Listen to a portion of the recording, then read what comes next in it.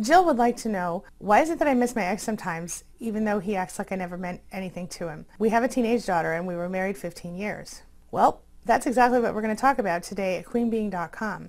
Why do you still miss your ex when you know they aren't missing you, or they don't seem to be? So, let's get started.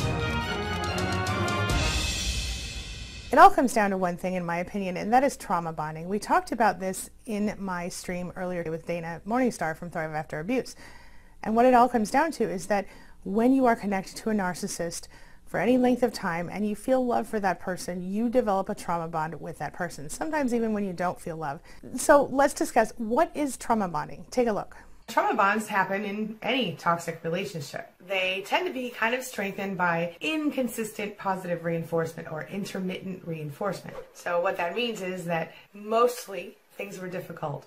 Mostly things weren't great, but every now and then something awesome would happen, or the narcissist would do something that would make you feel kind of good, kind of warm and fuzzy inside. And in an effort to obtain that again, you would stay around in the relationship. In the beginning, it probably happened more often than not. And as time went on, the positive reinforcement most likely became further spaced out. So less of it per negative incident.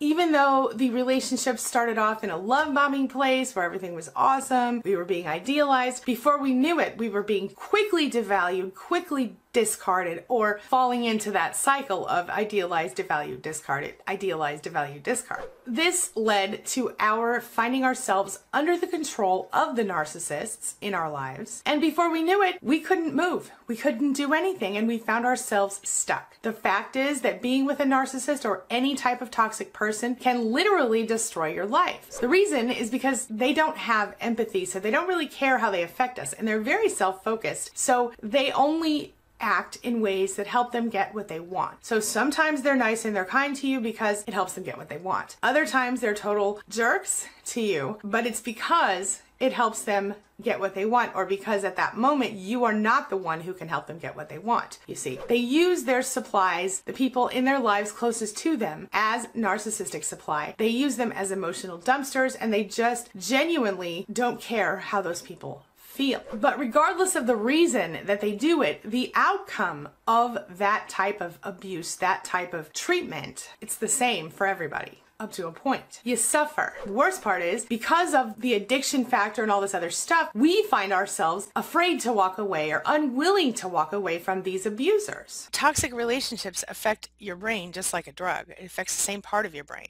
In fact, romantic love in general affects your brain that way, which is very difficult to understand, but it does affect the same part of the brain as addiction. We're biologically programmed to stick around.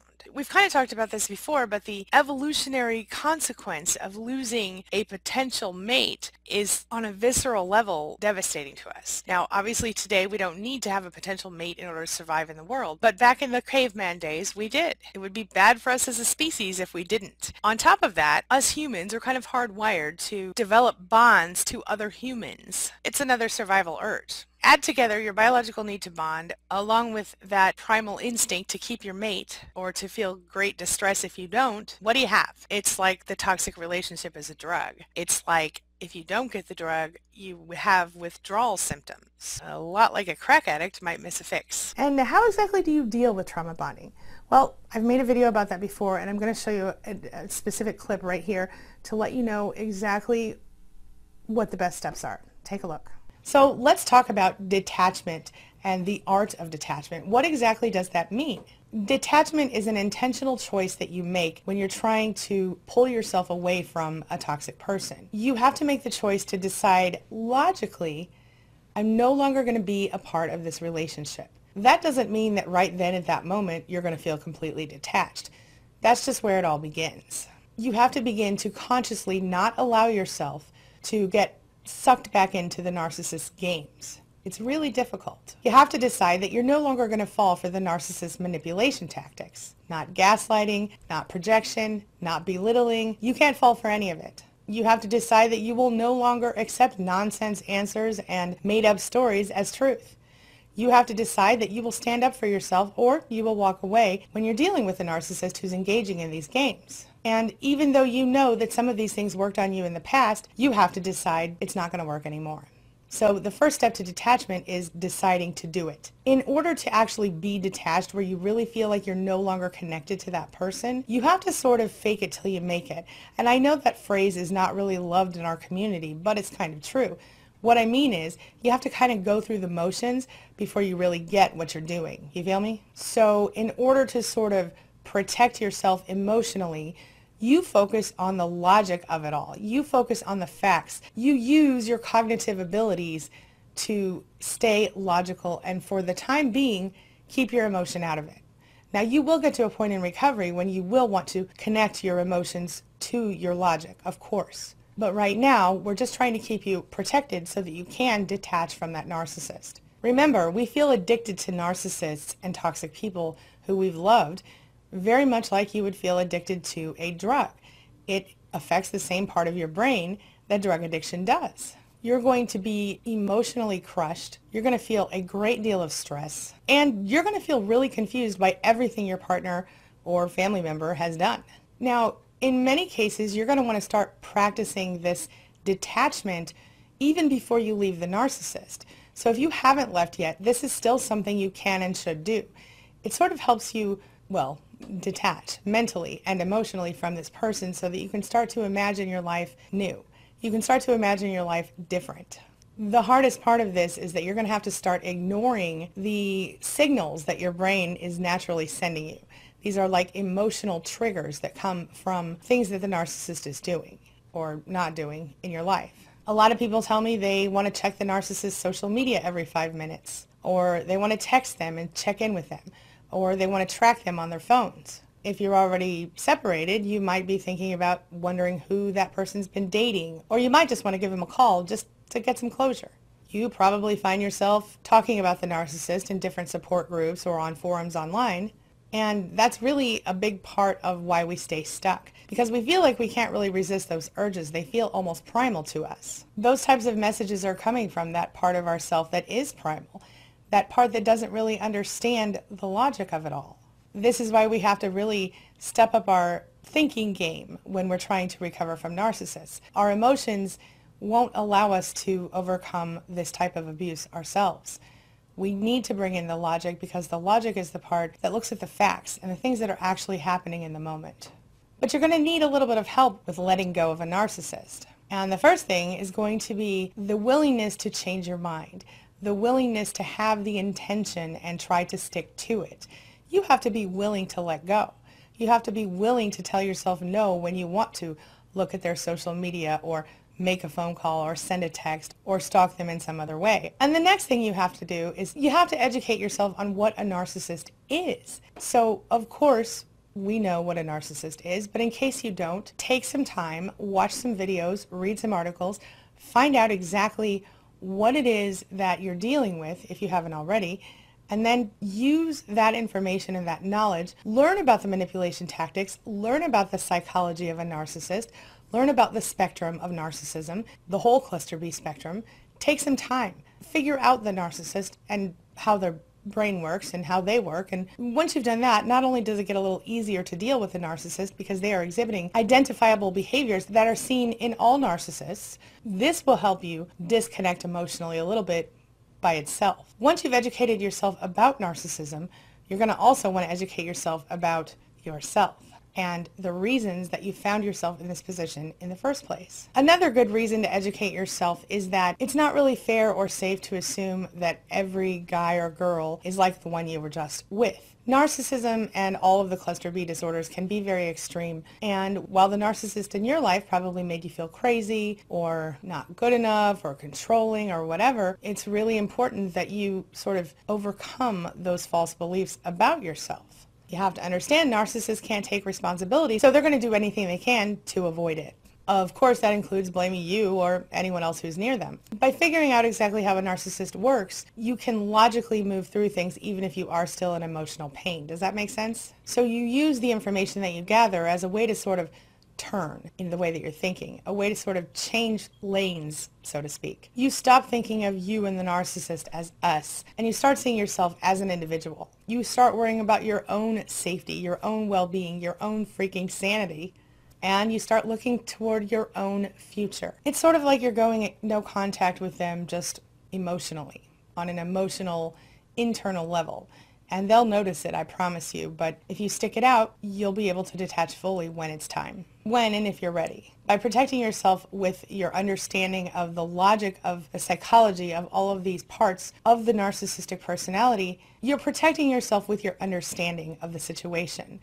You can put your emotions to the side as you figure out the psychology of it. And in my experience, I found that knowing the psychology helped me to identify those behaviors, helped me to go, okay, that's gaslighting, okay, that's projection, whatever it was. When I could see it in that way and I could identify and label the behaviors, it took the sting out of them for me. I almost started to feel sorry for the narcissist when I could see how textbook the manipulations were, almost. A few quick tips for detachment. Remember that you don't want to ever expect the narcissist to change, and demanding that the narcissist will change is just an exercise in frustration. So don't waste your energy or your time. Understand the narcissist could change, sure. But unless the narcissist chooses to change of his or her own volition, it's not going to happen. And in my experience and in the experience of many other people I've interviewed and worked with, they don't change because they never think anything is wrong. And I know that's painful, but it's true. The next thing you need to do is make sure you don't try to play the narcissist, play games with the narcissist. Certainly it could be satisfying to take the narcissist and twist him around a little and give him a taste of their own medicine, right? But doing that is just going to cause you a great deal of stress, and it is in many cases going to have the narcissist rising up against you. It's just not worth it. It's like talking to a brick wall. You can't expect it to hear you or change, but you can certainly bang your head against it and wind up with injuries of your own. Remember that there's nothing wrong with you. You shouldn't have any shame or doubt about yourself because you do need to walk away from this person. Not only do these types of relationships affect us mentally, but also physically. It's really important that you try to develop a really rational perspective of the situation and that you don't stay focused on those things that are out of your control. Like I said, even if you can't leave, you can still sort of distance yourself emotionally. But don't doubt who you're dealing with. Don't question yourself. Make sure that you take responsibility for your own happiness, your own peace, your own well-being, your own fulfillment. The narcissist cannot and will not do that for you. In fact, no one will. The narcissist wants you to stay depressed and sad and beaten down because that makes it easier to control you. But now you can take back that control, even if you can't leave yet. You can take back the control and make it your own again. You gave them control over your feelings, your thoughts, your behaviors, your happiness, your well-being, all of those things, certainly without realizing it. But on some level, you gave them that control. Maybe you were manipulated into it. Chances are that you were. But it's time that you start meeting your own needs, and you do that by making different choices, different behaviors, a new perspective, and by acting from that new perspective of empowerment. Know this, you cannot change, fix, save, rescue, or love anyone enough to force them to love you or to be nice to you. The narcissist is a limited person. They don't have the ability to see you for the amazing person that you are. And unfortunately, those narcissistic glasses they're wearing won't let them see you that way. It's really their loss, even though it doesn't feel like that just yet. You have to remember that no matter what happens, the narcissist will never think you're good enough long term. Certainly the love bombing will come here and there. Certainly you might get put up on a pedestal now and then. But no matter how much you do for them, it's never going to be enough, and they're always going to ask for more. You can compromise forever. You can give up everything you want and never take care of any of your needs. You can bend over backward for them. It won't matter. The more you do those things, the more ungrateful, the more entitled, the more demanding, the more pushy they will become. Essentially, you're going to waste your energy on a person like this if you keep doing it. So think about stopping. Think about taking back your power and not letting them have it anymore. Make sure you don't have high expectations when it comes to the narcissist. I want to tell you to raise your expectations, but recognize that the narcissist will never rise to the occasion. So keep your expectations low when it comes to dealing with one. Understand that they are limited people. They don't have the ability to empathize with you or even really care about you, especially when they're angry at you. They lack object constancy, which means that they can't love you and be angry at you in the same moment. So in those moments when they are angry at you, they really dislike you or sometimes even hate you as a result of whatever they're feeling. No matter how much guilt or crocodile tears or extreme hypersensitivity they seem to throw your way, don't fall for it. Just remember, this is a pathological person who is going to continue to hurt you if you allow them to. It's time for you to take back your mind, your emotions, yourself. When you can, spend as much time away from the narcissist as possible if you haven't already left, and find a support group that will help you. Maybe this involves friends or family members, or even a local support group that you find through meetup.com, or maybe you get involved with a support group online, such as the Spanily, which you can learn more about that at queenbeing.com/span. It's free and very supportive. Our coaches and our admin team are also survivors, and they do everything they can to keep the group safe for you every day. We have admins from around the world to make sure that we're covered most of every single day and night. Ultimately, what you're trying to do when you're detaching from a narcissist is to try to stop letting them hurt you. Stop letting them affect you. And to end the relationship, whether in reality or in your mind, know that when you stop reacting, they will start pushing harder many times. That's the narcissistic whirl response we talk about. Like I mentioned in a recent video, when you see them beginning to kind of rile up and act pushier and more entitled and more ungrateful, scream, yell, whatever, that kind of shows that what you're doing is working, because it's them reacting to not getting what they want. It's them reacting to a lack of narcissistic supply, which ultimately is what you must deprive them of if you're ever going to get free. By using the art of detachment in your favor, you can actually take back your power one moment at a time. Every time you don't react, you get a little more powerful. It feels pretty good. It's not going to happen overnight. It's going to take time for you to learn how to do this and make it exactly what it needs to be. Detachment is essentially indifference. That's really difficult for people like us, for empaths. It sort of runs against those beliefs that we've always fundamentally carried within ourselves about love and relationships. But remember, you're in a relationship with someone who is emotionally, verbally, or otherwise abusing you. Someone who attacks you, devalues you, discards you over and over again. Someone who makes you feel like you don't matter. Someone who stands on your head in order to raise up their own insecurities. Someone who's willing to beat you down emotionally and take from you everything that you have, literally or otherwise. Some people would say that a narcissist has no soul. Psychologists will tell you that a narcissist has no empathy. Either way, the perspective from which a narcissist operates is damaging for anyone who gets close to them. It's time for you to stop letting a narcissist destroy you, to detach yourself mentally and emotionally, and to start to move on so that you can heal, take back your life and take back your power and become the person you truly want to be. You deserve that, my friend. You know that, right? Please don't forget. All right, now this brings me to the question of the day. And the question of the day is, do you understand trauma bonding, and how have you dealt with it if you've gone through it? Share your thoughts, share your ideas, share your experiences in the comment section below, and let's talk about it. As always, thank you so much for being a part of my day and a part of my life, and hey, thanks for letting me be a part of yours. It really does mean a lot to me. Now before I go, make sure you take a look at the 2 videos I'm leaving for you right here, and while you're at it, hit that subscribe button so we can stay connected and continue on this healing journey together. I'll see you soon.